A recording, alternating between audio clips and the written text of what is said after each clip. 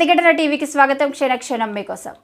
తెలంగాణ వ్యాప్తంగా సింగరేణి ఎన్నికల పోలింగ్ మొదలైంది. రీజనల్ లేబర్ కమిషనర్ సింగరేణి ఎన్నికల అధికారి శ్రీనివాసులు ఆదేశాల మేరకు బుధవారం సింగరేణి వ్యాప్తంగా ఉన్న 11 ప్రాంతాల్లో పోలింగ్ షురూ అయింది.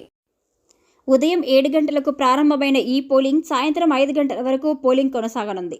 సింగరేణి వ్యాప్తంగా ఉన్న 11 ఏరియాల్లో 39,773 మంది కార్మికులు తమ ఓటు హక్కు వినియోగించుకుంటారు. రామగుండం ఏరియాలోని RG1లో 5,404, RG2లో 3,557, RG3లో 3,884 ఓటర్లు కాగా మొత్తం 12,845 మంది ఓటర్లు కార్మికుల ఓటును వేయనున్నారు.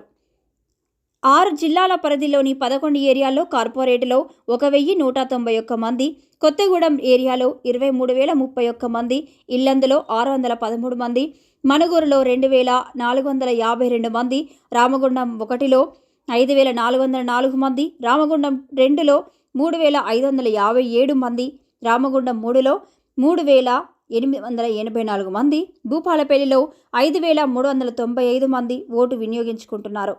బెల్లంపల్లిలో 998 మంది, మందమర్రిలో 4,838 మంది, శ్రీరాంపూర్లో 9,149 మంది, మొత్తంగా 39,809 మంది ఓటర్లు ఉన్నారు.